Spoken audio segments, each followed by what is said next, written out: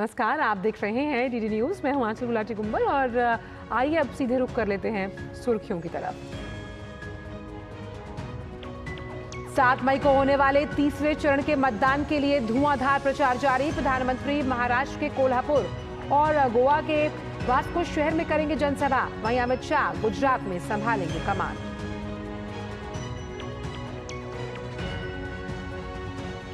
चुनावी रण में विपक्ष ने भी झोंकी ताकत। कांग्रेस अध्यक्ष मल्लिकार्जुन खड़गे गुवाहाटी और बरपेटा में, प्रियंका गांधी वाड्रा गुजरात और महाराष्ट्र में करेंगी जनसभा। पार्टी की सीईसी बैठक में अमेठी और रायबरेली सहित कई सीटों पर होगा मंथन। वहीं कन्नौज में जनसंपर्क करेंगे अखिलेश यादव। नैनीताल के जंगलों में लगी भीषण आग बुझाने के लिए भारतीय वायुसेना ने MI-17 हेलीकॉप्टर से पानी का किया छिड़काव। मुख्यमंत्री पुष्कर सिंह धामी ने बुलाई बैठक।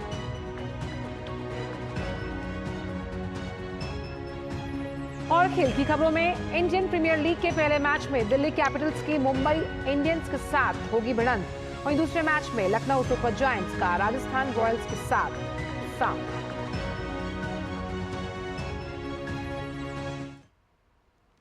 और आइए सबसे पहले बात करते हैं खबरों में 24 की चुनौती से जुड़ी हुई।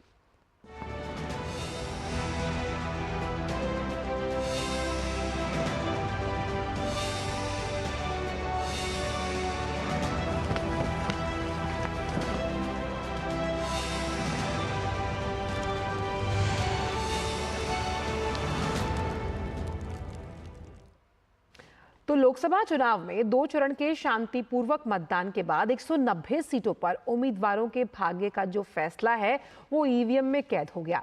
बाकी बचे 5 चरणों के लिए सभी पार्टियों ने एड़ी चोटी का जोर लगा दिया। देश भर में भारतीय जनता पार्टी का धुआंधार प्रचार अभियान जारी है। बीजेपी के स्टार प्रचारक प्रधानमंत्री नरेंद्र मोदी आज महाराष्ट्र और गोवा के चुनावी दौरे पर रहेंगे। प्रधानमंत्री मोदी शाम 5 बजे महाराष्ट्र के कोल्हापुर लोकसभा क्षेत्र में एनडीए प्रत्याशी के पक्ष में जनसभा को संबोधित करेंगे। तो वहीं शाम में ही दक्षिण गोवा में बीजेपी उम्मीदवार के समर्थन में विशाल जनसभा को संबोधित किया जाएगा। तीसरे चरण में 11 राज्यों और केंद्र शासित प्रदेशों की 94 सीटों पर 7 मई को मतदान होना है।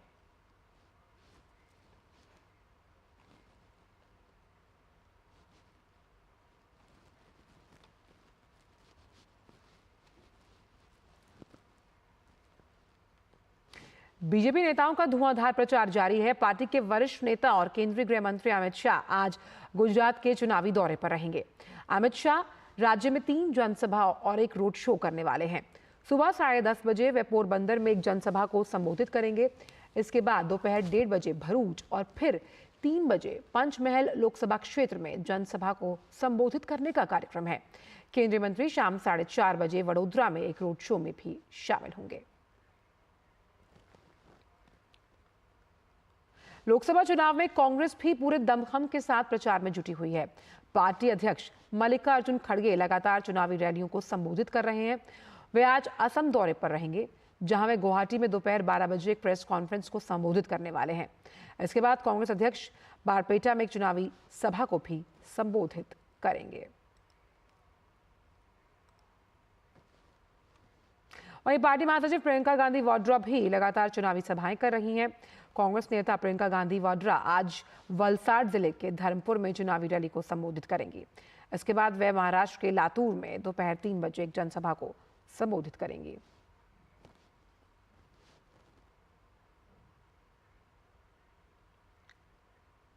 वहीं कांग्रेस की केंद्रीय चुनाव समिति की आज बैठक होने वाली है, जिसमें अमेठी और रायबरेली सहित कई सीटों पर मंथन होना है। बैठक आज रात करीब 8 बजे होगी। इस बैठक के बाद कांग्रेस अमेठी और रायबरेली से अपने प्रत्याशियों के नाम का ऐलान कर सकती है। लोकसभा चुनाव के 2 चरणों का मतदान संपन्न हो चुका और कांग्रेस ने अब तक इन दोनों सीटों से उम्मीदवारों के नाम का ऐलान नहीं किया। अमेठी से भाजपा की स्मृति ईरानी चुनावी मैदान में ताल ठोक रही हैं और हो सकता है कि कांग्रेस की राहुल गांधी को स्मृति ईरानी के खिलाफ चुनावी रण में उतारा जाए।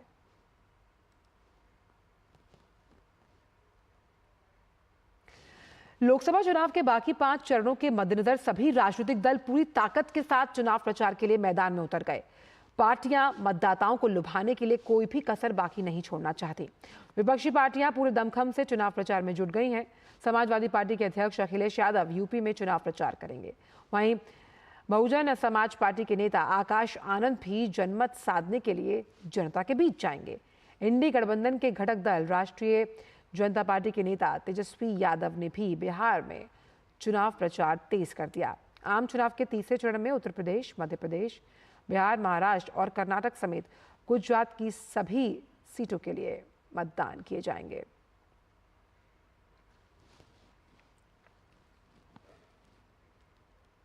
ईवीएम पर सुप्रीम कोर्ट के फैसले पर भाजपा नेता शहजाद पूनावाला ने विपक्ष पर निशाना साधा। उन्होंने कहा कि जब कांग्रेस चुनाव जीत जाती है तो ईवीएम ठीक होता है, लेकिन जब कांग्रेस चुनाव हारती है तो फिर ईवीएम पर सवाल उठाए जाते हैं। जो लोग भी ईवीएम का बहाना बना रहे थे, दरअसल ये ईवीएम बहाना है। जब हार होती है तो परिवार को बचाना है, इसलिए संवैधानिक संस्थाओं पर सवाल उठाना है। ये लोग अंबेडकर जी का और संविधान का विरोध करने वाले लोग हैं और आज इनको बताना चाहिए कि इनकी जो हिपोक्रेसी है कि तेलंगाना में चुनाव होता है, जीतते हैं तो ईवीएम ठीक होती है, पंजाब में ईवीएम ठीक होती है, पर जब केंद्र में चुनाव हारने वाले हैं तब ईवीएम खराब हो जाती है। आज ऐसे लोगों को एक जवाब देने का काम सुप्रीम कोर्ट की तरफ से हुआ है। बात करते हैं मध्य प्रदेश की high profile Lok Sabha seat Vidisha की, जहां भाजपा की सबसे सुरक्षित सीटों में से एक इसे माना जाता है। इस सीट से पूर्व प्रधानमंत्री अटल बिहारी वाजपेयी, पूर्व विदेश मंत्री स्वर्गीय सुषमा स्वराज सांसद रह चुके हैं। 2019 के आम चुनाव में बीजेपी के रमाकांत भार्गव ने विदिशा सीट पर जीत हासिल की थी। उन्होंने कांग्रेस के शैलेंद्र पटेल को हराया। भाजपा ने इस बार फिर से पूर्व मुख्यमंत्री शिवराज सिंह चौहान को विदिशा सीट से उम्मीदवार बनाया है। देखते हैं रिपोर्ट।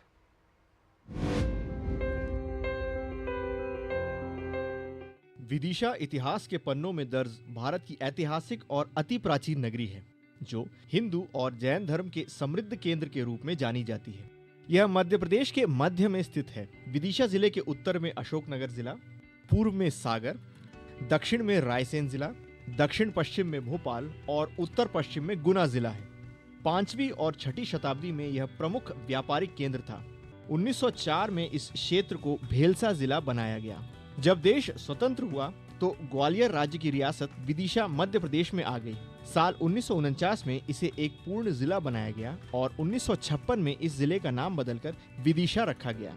राजनीतिक दृष्टि से भी विदिशा नगरी समृद्धशाली रही है। विदिशा के चुनावी इतिहास को देखें तो यह लोकसभा सीट 1967 में भारत की चौथी लोकसभा के साथ अस्तित्व में आई। तब से अब तक हुए 13 लोकसभा चुनाव में एक बार जनता पार्टी, 2 बार इंदिरा कांग्रेस जीती है। बाकी बार इस सीट पर जनसंघ और भाजपा का कब्जा रहा है। यह लोकसभा क्षेत्र प्रारंभ से भाजपा की सुरक्षित सीटों में शामिल रहा है।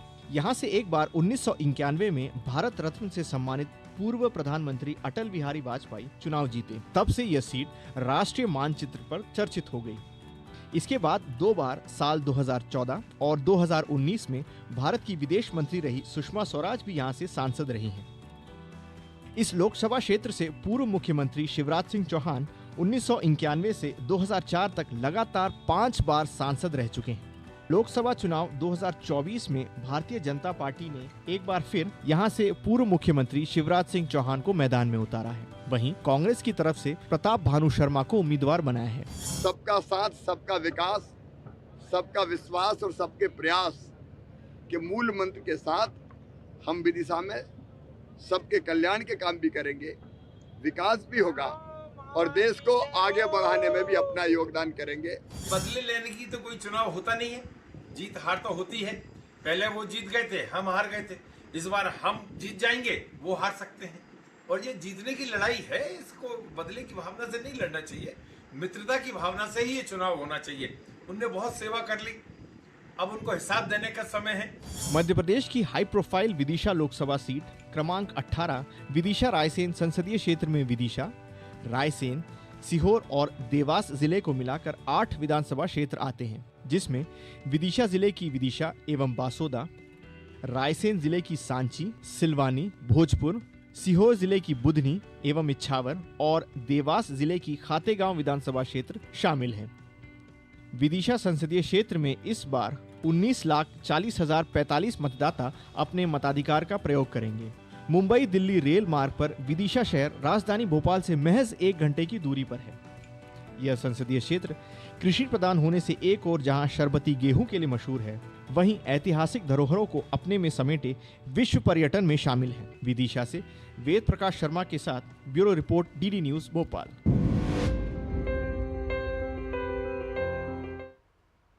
और ये थी 24 की चुनौती से जुड़ी बड़ी खबरें।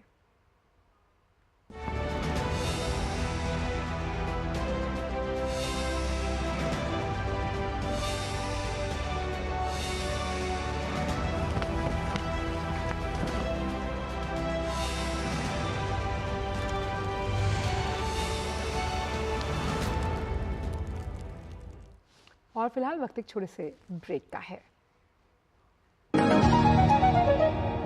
मेरे एक वोट से मोदी जी मेरे घर बिजली ले आए। अब मेरे वोट से सौर ऊर्जा से हर घर का बिजली बिल 0 होगा। ये है मोदी की गारंटी। और मेरी गारंटी, कमल का बटन दबाएं, भाजपा को जिताएं। शुक्ला बता रहा था आपके बाबूजी ने जायदाद का कुछ हिस्सा नौकर के नाम कर दिया। अब नौकर हर काम अपना घर समझ के करेगा। समर कूल, जो हर दिल करे कबूल। ब्रेक के बाद सभी का स्वागत। और आइए अब खबरों के कारवां को बढ़ाते हैं आगे। कांग्रेस अध्यक्ष मल्लिकार्जुन खड़गे द्वारा प्रधानमंत्री के बौद्ध धर्म में आस्था पर सवाल उठाने पर महाबोधि इंटरनेशनल मेडिटेशन सेंटर के संस्थापक और अध्यक्ष भिक्खू संगसेना ने कहा कि भारत में बौद्ध लोगों के लिए प्रधानमंत्री ने बहुत कुछ किया है। उन्होंने कहा कि मुझे याद नहीं कि पहले के कितने प्रधानमंत्रियों और सरकार ने भारत में बौद्ध धर्म को बढ़ावा दिया। हमारे प्रधानमंत्री ने तो बुद्धिज्म के लिए सचमुच बहुत ही किया है। मोदी जी का नेतृत्व में हमें स्पेशल मिलिट्री और बिग एयरक्राफ्ट दिया है बुद्धा का रिलिक्स को दूसरे बौद्ध देशों में दर्शन के लिए ले जाने का। और मोदी जी के नेतृत्व में the international Buddhist confederation, the biggest Buddhist umbrella, first time in Indian history जो गवर्नमेंट सपोर्ट करके बना है, फर्स्ट टाइम। और जहां भी मोदी जी जाते हैं, यूनाइटेड नेशन में मोदी जी ने कहा कि भारत ने दुनिया को बुद्ध दिया है, युद्ध नहीं। I don't remember how many earlier prime ministers and government have given so much attention and supported the Buddhist cause in India. और आइए एक नजर डालते हैं प्रधानमंत्री की अगुवाई में बौद्ध धर्म के लिए उठाए गए कदमों पर ग्राफिक्स के जरिए आपको समझाते हैं। तो मोदी सरकार द्वारा अप्रैल 2023 में पहला वैश्विक बौद्ध शिखर सम्मेलन जो था उसका आयोजन किया गया। वहीं अगर बौद्ध सर्किट विकास की बात की जाए तो मोदी सरकार ने बुद्ध की शिक्षाओं को लोगों तक पहुंचाने के लिए बौद्ध सर्किट के विकास का कदम उठाया। इसके तहत भगवान बुद्ध के जीवन से जुड़े विभिन्न स्थानों को जोड़ने का काम किया गया, जिससे पर्यटन को बढ़ावा मिला है। प्रधानमंत्री ने 2021 में कुशीनगर अंतर्राष्ट्रीय हवाई अड्डे का भी उद्घाटन किया, जिससे भगवान बुद्ध के महापरिनिर्वाण स्थली से देश विदेश के जो तमाम तीर्थ यात्री हैं उनके लिए ये जो कनेक्टिविटी है वो स्थापित हुई है। प्रधानमंत्री ने लुम्बिनी में भारत अंतर्राष्ट्रीय बौद्ध संस्कृति और विरासत केंद्र की आधारशिला भी रखी। मोदी सरकार द्वारा वडनगर को यूनेस्को की विश्व धरोहर स्थलों की सूची में शामिल करने का भी प्रयास हुआ। एक विशेष कदम के तहत भगवान बुद्ध के पवित्र अवशेषों को प्रदर्शनी के लिए भारत से मंगोलिया ले जाया गया और इसी तरह भगवान बुद्ध और उनके 2 शिष्यों के पवित्र अवशेषों को 26 दिनों की प्रदर्शनी के लिए थाईलैंड भेजा गया। अवशेषों को बैंकॉक में श्रद्धा और भव्य समारोह के साथ रखा गया। वहीं भारत और विदेशों में बौद्ध विरासत के प्रचार और संरक्षण के लिए विभिन्न बौद्ध संस्थानों को वित्तीय सहायता भी प्रदान की गई। बौद्ध धर्म को और बढ़ावा देने के लिए वैशाख पूर्णिमा, आषाढ़ पूर्णिमा, अभिधम्म दिवस के अवसर पर विशेष कार्यक्रमों का भी आयोजन किया गया है। प्रधानमंत्री ने नेपाल के बोधगया में महाबोधि मंदिर की अगर बात की जाए तो बोधि वृक्ष का एक पौधा भेंट किया। प्रधानमंत्री ने जापानी प्रधानमंत्री किशिदा को बाल बोधि वृक्ष का एक पौधा भेंट किया था। लगातार ये तमाम वो कदम हैं जो उठाए गए बौद्ध धर्म के लिए। वहीं मोदी सरकार ने बौद्ध सर्किट के भीतर यात्रा को सुविधाजनक बनाने के लिए बुद्ध पूर्णिमा एक्सप्रेस विशेष ट्रेन का भी आगाज किया और प्रधानमंत्री ने सितंबर 2019 में संयुक्त राष्ट्र महासभा के भाषण में बुद्ध का जिक्र करते हुए कहा था कि हम एक ऐसे देश से ताल्लुक रखते हैं जिसने दुनिया को युद्ध नहीं बल्कि बुद्ध दिया है। वहीं मोदी सरकार ने सारनाथ और कुशीनगर जैसे तीर्थ स्थलों का भी कायाकल्प किया। मई 2022 में लुम्बिनी में भारत अंतर्राष्ट्रीय बौद्ध संस्कृति और विरासत केंद्र की आधारशिला भी रखी गई। वहीं प्रधानमंत्री ने मंगोलिया के राष्ट्रपति के साथ संयुक्त रूप में 2019 में उलान बटोर में एक ऐतिहासिक कार्यक्रम में तेग चेनलिंग मठ में स्थापित भगवान बुद्ध और उनके 2 शिष्यों की एक प्रतिमा का भी अनावरण किया था। उत्तराखंड के जंगलों में आग की घटनाएं थम नहीं रही हैं। प्रदेश में सभी पर्वतीय जिलों के जंगल आग की चपेट में हैं। नैनीताल में भवारी रोड पर पाइन्स के पास सड़क किनारे भड़की भीषण आग को बुझाने के लिए सेना ने मोर्चा संभाल लिया है।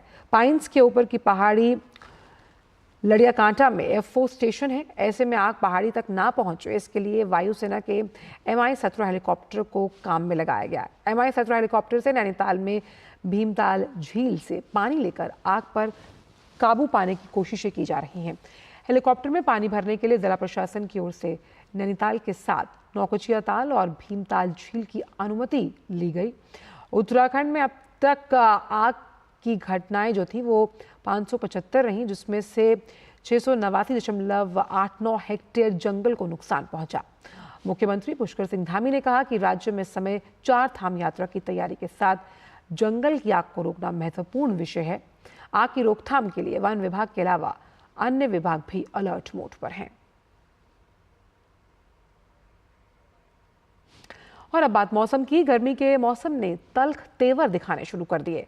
पर्वतीय इलाकों को छोड़ दिया जाए तो देश के अधिकांश हिस्सों में इन दिनों भीषण गर्मी है।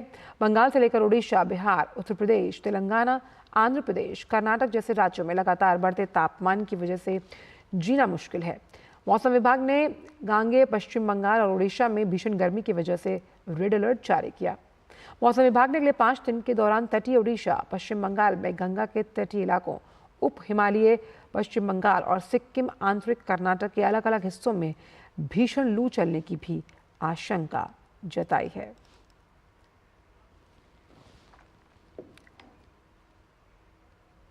हिमाचल प्रदेश में ताज़ा बर्फबारी हुई। यहां लाहौल और स्पीति बर्फ की चादर से ढक गया। मौसम विज्ञान केंद्र शिमला ने बर्फबारी के साथ बारिश की भी चेतावनी जारी की है। मौसम विभाग ने हिमाचल प्रदेश में 26 अप्रैल की शाम से 30 अप्रैल तक मौसम खराब रहने का अनुमान जताया। आज और 29 अप्रैल के दौरान पश्चिमी विक्षोभ का ज्यादा असर रहेगा। मैदानी और ऊंचाई वाले इलाकों में बर्फबारी के साथ बारिश की संभावना है।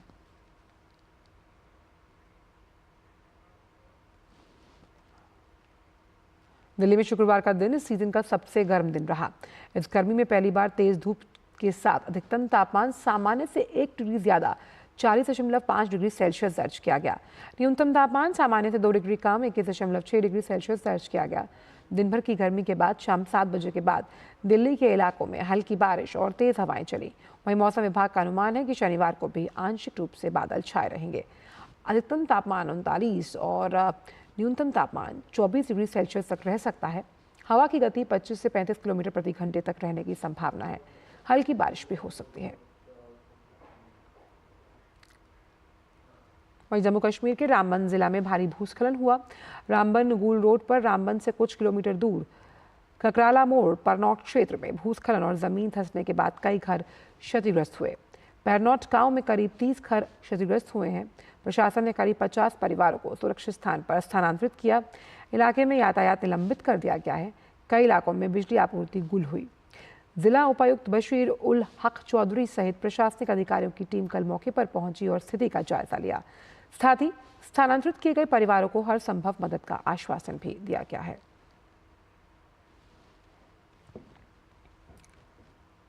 भारतीय वायुसेना ने डिजिलॉकर मंच के साथ मिलकर एक परिवर्तनकारी डिजिटल यात्रा की शुरुआत की। डिजिलॉकर के साथ मिलकर इस पहल के तहत अग्निवीर वायु भर्ती सहित वायुसेना की विभिन्न प्रक्रियाओं में शामिल उम्मीदवारों के शैक्षणिक दस्तावेजों का डिजिटल रूप से सत्यापन होगा।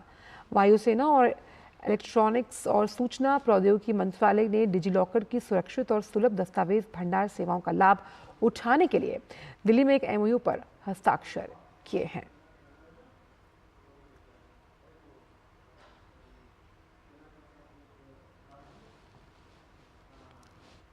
रुख अंतर्राष्ट्रीय खबरों की तरफ। रूस की राजधानी मॉस्को में प्रायोरिटी इन्वेस्टमेंट प्रोजेक्ट कार्य समूह का 7वां सत्र संपन्न हुआ। ये सत्र IRIGC TEC मैकेनिज्म के अंतर्गत आयोजित किया गया। इस सत्र की सह अध्यक्षता DPIIT सचिव राजेश कुमार सिंह और रूस के आर्थिक विकास उप मंत्री व्लादिमीर इलियच ने की। दोनों पक्षों के बीच वर्तमान में चल रही और संभावित परियोजनाओं पर चर्चा हुई है।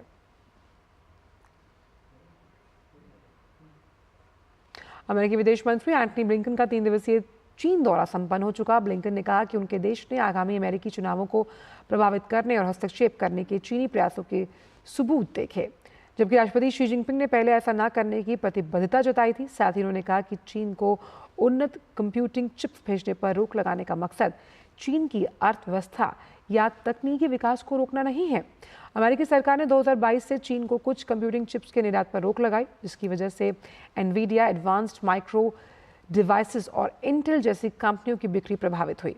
इस कदम ने हुआई टेक्नोलॉजीज को चिप शिपमेंट पर प्रतिबंध लगाया। इन प्रतिबंधों के बावजूद अमेरिका ने इंटेल और क्वालकॉम को हुआई को चिप्स बेचने की अनुमति दी है।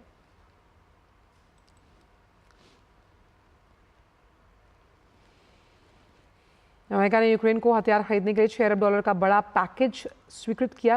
इसकी जानकारी देते हुए अमेरिका के रक्षा सचिव लॉयड ऑस्टिन ने कहा कि अमेरिका द्वारा यूक्रेन को दिया गया अब तक का सबसे बड़ा राहत पैकेज है। इस रक्षा पैकेज में यूक्रेन के पैट्रियट और NASAMS वायु रक्षा प्रणालियों के लिए महत्वपूर्ण इंटरसेप्टर, काउंटर ड्रोन सिस्टम समेत जरूरी मात्रा में गोला बारूद शामिल होंगे।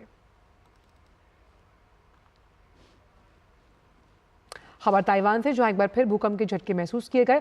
ताइवान द्वीप देश के मौसम विभाग के मुताबिक शनिवार को ताइवान के पूर्वी काउंटी हुलियन के पास आए भूकंप की तीव्रता रिक्टर स्केल पर 6.1 आंकी गई। वहां के प्रशासन ने बताया कि भूकंप के झटकों से राजधानी ताइपे की कई इमारतें हिली। हालांकि नुकसान की कोई रिपोर्ट नहीं आई। मौसम विभाग ने बताया कि भूकंप का केंद्र 24.9 किलोमीटर गहराई में था। इससे पहले इस महीने की शुरुआत में हुलियन में आए 7.2 तीव्रता का भूकंप आया। इसमें 17 लोगों की मौत हुई। तब से यहां 1000 से अधिक झटके आ चुके हैं।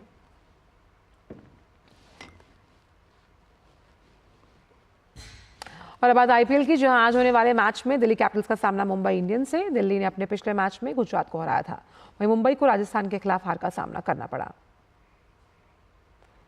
और IPL में ही आज होने वाले दूसरे मैच में लखनऊ सुपर जॉयंट्स का सामना राजस्थान रॉयल्स के साथ। राजस्थान की टीम ने अपने पिछले मैच में मुंबई इंडियंस को मात दी, वहीं लखनऊ सुपर जॉयंट्स ने अपने पिछले मैच में चेन्नई को हराया था। और फिलहाल समाचारों में इतना ही। दीजिए इजाजत, नमस्कार।